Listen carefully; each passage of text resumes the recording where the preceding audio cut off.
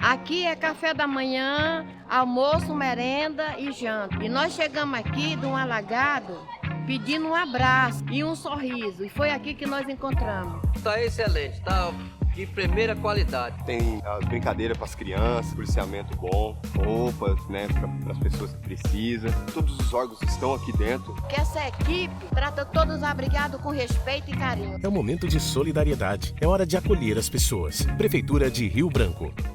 Pois é, Adalberto. O Zé Cleuber nasceu no dia 6 de fevereiro de 1950 em Recife, Pernambuco. Apesar de minha família morar em Olinda, minha mãe saiu para a maternidade do Recife, eu nasci no Recife. E de uma família assim, que gostava muito de cultura, que era comerciante, e tinha sempre um som naquela época, aquelas cornetas que botava no poste. O toca-disco era aqueles que tinham agulha, que a gente ficava trocando agulha. Minha mãe tinha um pastoril, que é uma manifestação folclórica do Pernambuco.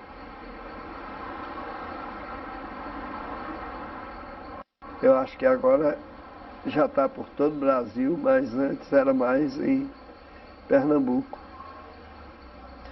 E desde os 3 anos de idade até os 5 anos, eu fazia parte do pastoril. Era um pastor que a gente cantava, declamava.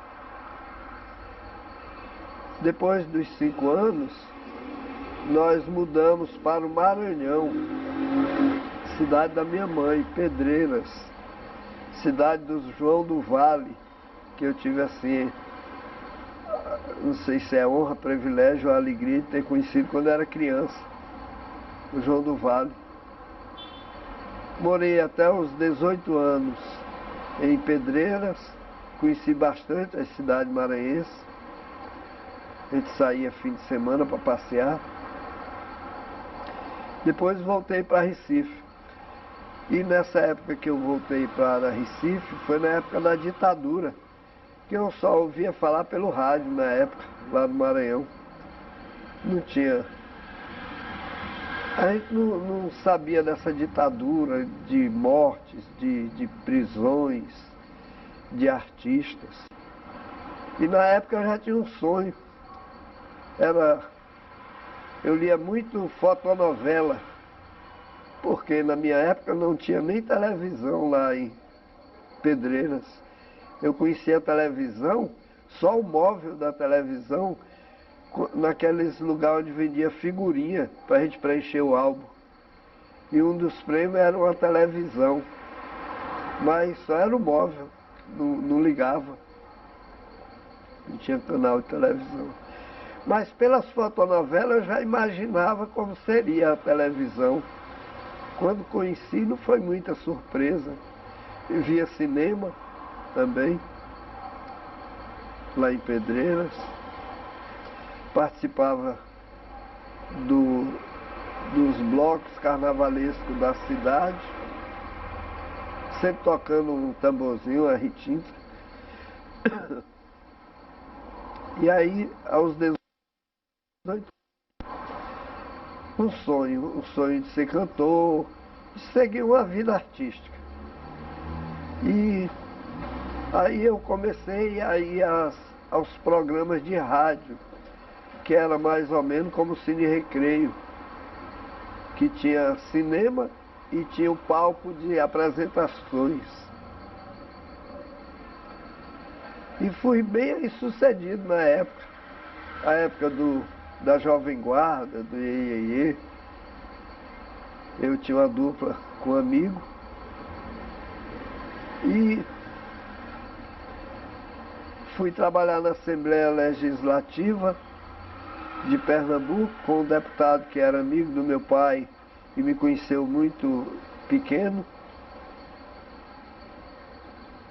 E aí, nesse movimento todo, eu fiquei na política e na arte. Na arte e na política. Na política eu representava os estudantes do meu bairro, de Olinda. Cheguei a ver Marcos Freire lá em casa e outros políticos que se destacaram muito na política nacional. Eles gostavam muito do meu pai. E fiquei na Assembleia por um bom tempo e cantando na rádio. Mas a ditadura lá era muito combatida pelo Miguel Arraes e era muito perseguida. E eu, estando do lado ali, eu achei que era melhor para mim sair de perto. Porque do jeito que tinham espiões do Exército, tinha espiões também do lado do Miguel Arraes. E me disseram que meu nome estava na lista dos procurados já, dos indicados para ser preso, porque eu subia no palanque, era ousado, falava muita coisa. Mas eu percebi que eu não merecia ser preso pela política, porque naquela época mesmo eu já via que a política estava se aproveitando dos jovens para trampolim. um trampolim. E aí eu decidi que eu ia embora, não ia ficar lá, em Recife. Mas também não contei para minha família, não falei nada. Apareceu a oportunidade de trabalhar na Queiroz Galvão. Eu tinha feito um curso de estradas e eu me empreguei na Queiroz Galvão e me trouxeram para o Mato Grosso. Primeiro para Belém, Brasília. Depois eu pedi transferência para o Mato Grosso. Na estrada também, eu gostava do trabalho, da liberdade, de estar andando, tudo. Mas a ignorância dos peões me deixava incomodado. Todo mundo com 3/8 na cintura, uma espingarda. Eu fui para o centro quase do Pantanal, fui para um trecho entre Coxim e Cuiabá, que era um paraíso. A gente andava, eu tinha um trabalho que eu fazia a prospecção de jazida, eu ia na frente de todos. Eu via azema, siriema, veados, porco do mato, tudo assim livre ali no mato. Quando a firma trouxe as máquinas e a pesada mesmo com todo mundo, todo dia as pessoas matavam muito, era aquela destruição, aquela devastação, que me incomodou bastante.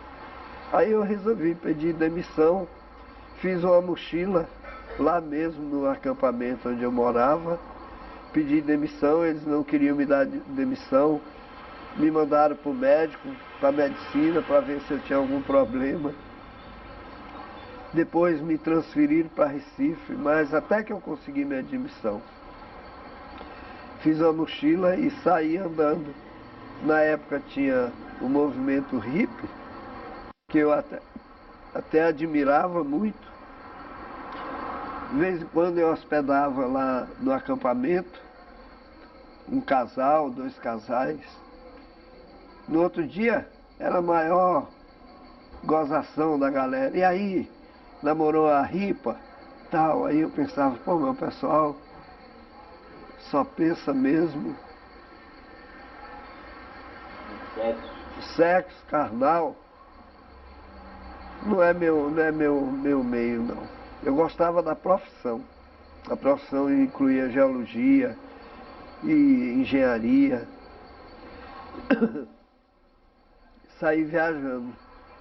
No início comi o pão que o diabo amassou, porque eu não era assim, não tinha tendência para ser hippie. Não sabia como pegar uma carona.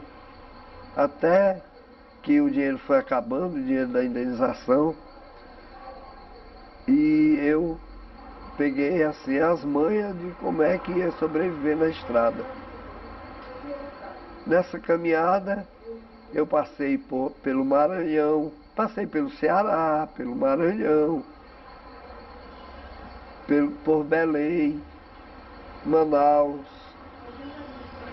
E cada vez sabia, através de outras pessoas que eu encontrava na estrada, de uma cidade que eu tinha vontade de conhecer, que era bem o norte mesmo, Rio Branco do Acre, porque eu tinha a impressão que território era diferente de cidade, era uma coisa diferente. Eu lia território, eu me empolgava a conhecer um território.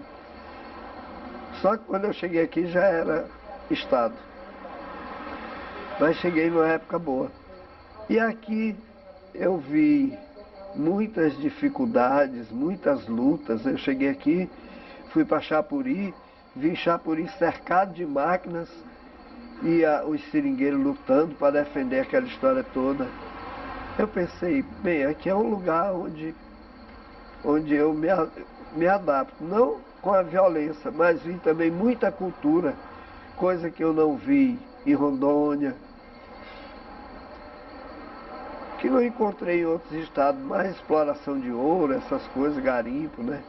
Já tinha ido a Macapá também, tinha conhecido o Projeto Jari. Muita coisa eu já conhecia do norte. Mas cheguei em Rio Branco e resolvi ficar. Aí fiquei 1 ano, 2, e resolvi voltar a Recife para dizer para minha família que eu ia morar aqui. Mas quando eu cheguei em Recife, eu resolvi ir até a Bahia, porque eu pensei, poxa, eu andei tanto e não conhecia a Bahia, que até me arrependi de não ter ido ao Rio também, que foi onde o movimento foi mais forte, Rio, São Paulo, Bahia. Mas conheci lá, eu encontrei minha companheira, contei essas histórias todas para ela, do norte, todo mundo se empolgava com as histórias, nós viemos morar aqui. Morei aqui bastante tempo, considero que ainda moro, né? Mas atualmente eu viajo mais do que fico aqui. E aqui eu desenvolvi o meu trabalho de artesanato, de telas e de música, porque eu saí de lá, mas nunca desisti da música.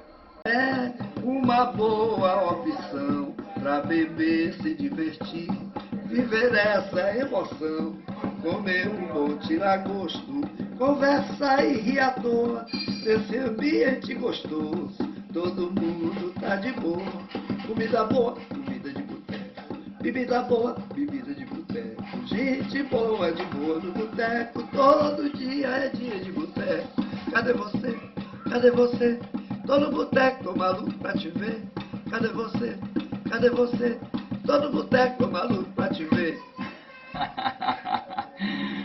Esse é o Zé Cleuber.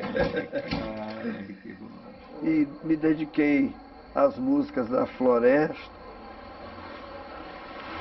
Músicas que só são cantadas em rituais.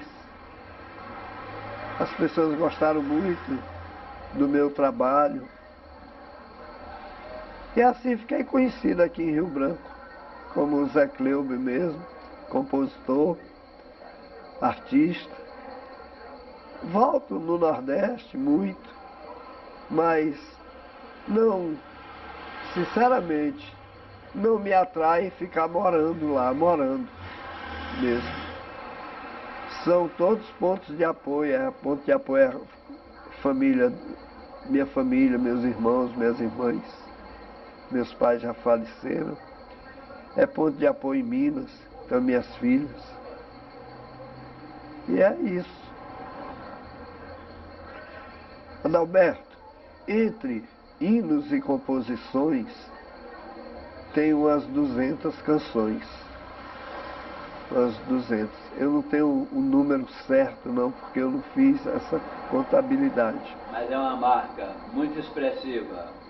Rapaz, o Teixeirinha, a gente não conviveu muito junto. Eu encontrava várias vezes, assim, em eventos, em reuniões, Não tenho assim muito registro da família de Teixeirinha. Lembro dele, mas não tenho muito não. Porque também, essa época, antes do ano 2000, eu vivi mais dentro dos seringais. Foi que me atraiu mais. Eu vi mais uns movimentos que eram da floresta mesmo. Vinha na cidade, vender o artesanato e voltava. É tanto que o Chico Mendes, eu vi uma vez o Chico Mendes no casarão, no almoço, no dia de casarão. Eu pelas mesas do casarão oferecendo o artesanato, vi o Chico Mendes. Agora, tive outros amigos, assim, da época, tinham natureza, porque a gente ficou mais próximo. Mas o Teixeirinha, eu tenho lembranças dele, boas lembranças, mas foi assim, algumas vezes em reuniões, em trabalhos, da Costa, os irmãos que fizeram a passagem já, né? Também, o Elias, era assim, não era muito de conhecer a família.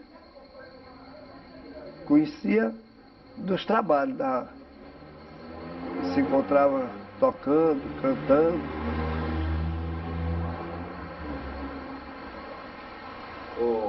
O Daime na tua vida.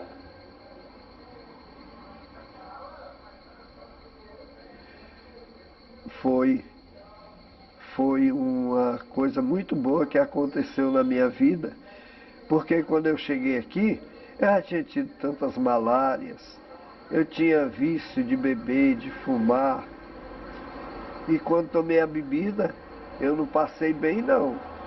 Eu sofri muito, mas cada sofrimento que eu passava era um discernimento que eu tinha, que eu estava acabando comigo mesmo. Todo dia eu pensava que ia morrer de hoje para amanhã, de agonias e dores. Eu fui criado no interior e comecei a beber muito cedo, escondido do meu pai, da minha mãe, beber e fumar. E isso não foi muito bom para mim. Até hoje tem sequela disso. E o Daime me fez eu refletir mais e me ajudou a sair desse vício.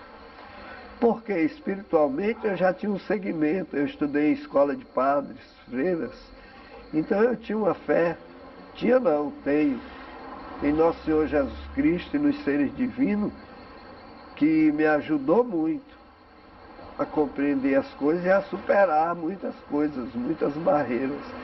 Mas isso eu já tinha, só avivou mais no Daime, porque a bebida, ela dá um discernimento das coisas e a visão das coisas também que a gente está passando e que pode passar, é assim, sem palavras. Qual era a comunidade que você participava? Comunidade das 5.000, colônia 5.000. Padrinho Sebastião Mota de Melo. Padrinho Sebastião Mota de Melo, família e muitos amigos. Wilson Carneiro, muitos amigos e irmão da Irmandade. Até hoje lá existe. Só que nos anos 80, essa comunidade cresceu muito, dos anos 70 até o ano 80, e o padrinho resolveu buscar terra maior para abrigar o povo dele e mudou-se para o Rio do Ouro. Eu participei dessa mudança, eu falo que eu ajudei, um pouco, mas ajudei. 3 anos depois teve que mudar para o Céu do Mapear, porque apareceu o dono da terra lá. O padrinho falou, não vamos brigar por terra, deixa tudo aí do jeito que fez e vamos para outra que conseguiu, que foi doada pelo governo federal, uma área muito grande do Mapiá, que hoje é uma potência assim, na floresta de agricultura, ensinamentos espirituais da floresta, que é tudo voltado para a floresta. É um culto de Jesus para a floresta, para a rainha da floresta. Da floresta eu tenho tudo, tudo, tudo ela me dá.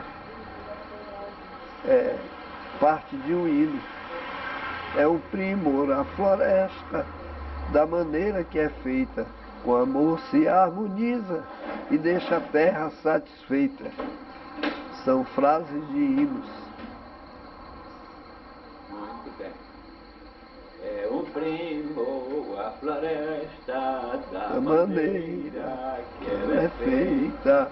Com amor se harmoniza e deixa a terra satisfeita. É isso aí, Adalberto. Eu canto assim, sabe por quê? Toda lá com o padrinho Sebastião, uma semana todinha só observando. Aí o cenário dele muito bacana, muito bacana. É. Quando eu vi falar de São João na Terra é sinal de guerra em todo lugar. É fora de confusão. Chegou São Pedro com seus 2 irmãos. Mas eu sempre admirei muito essas comunidades e dou parabéns para você pela sua vivência na cultura. É muito lindo. Adalberto, numa noite de Inário, que a gente passa aqui e que viu tudo isso acontecer, imagina que aquilo que está acontecendo aqui, está acontecendo na Holanda, no Japão, nos Estados Unidos, ao mesmo tempo, só mudando o fuso horário, mas o mesmo Inário cantando o mesmo hino, as mesmas palavras, é uma coisa maravilhosa. E tomando a mesma bebida.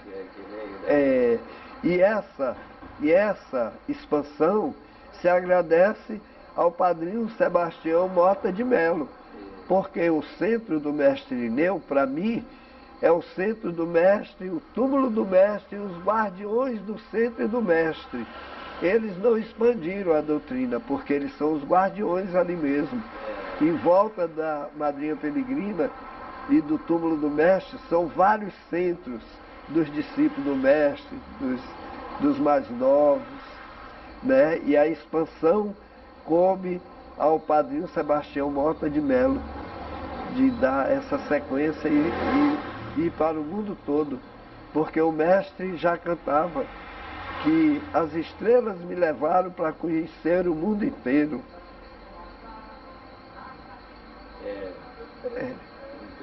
É bonito. Louvado seja Deus. Louvado seja Deus nas alturas. Sim, na terra como na terra. Já dizia o padrinho. É.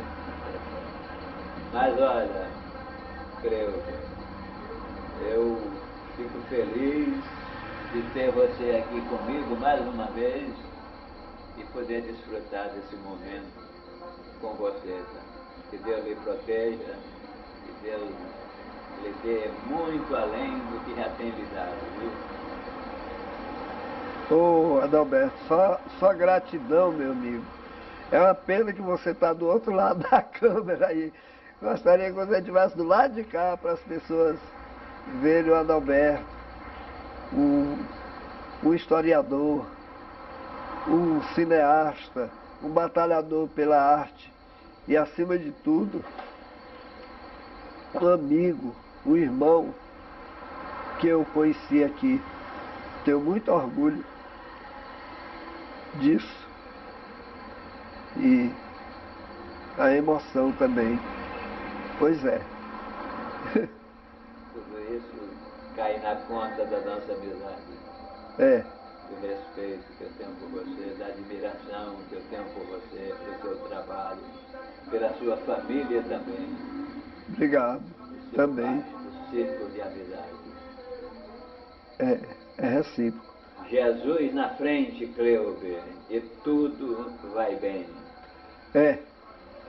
Foi desde o início até agora e por séculos dos séculos. Amém. É Jesus. Nosso Senhor Jesus Cristo. Todos os dias. Obrigado, Cleuber. Ô, Adalberto, de nada.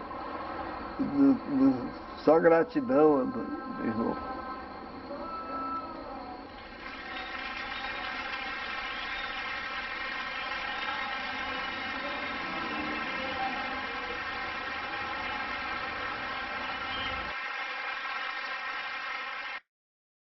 Aqui é café da manhã, almoço, merenda e janta. E nós chegamos aqui de um alagado pedindo um abraço e um sorriso. E foi aqui que nós encontramos. Tá excelente, tá de primeira qualidade. Tem as brincadeiras para as crianças, policiamento bom, roupas, né, para as pessoas que precisam. Todos os órgãos estão aqui dentro. Que essa equipe trata todos os abrigados com respeito e carinho. É um momento de solidariedade. É hora de acolher as pessoas. Prefeitura de Rio Branco.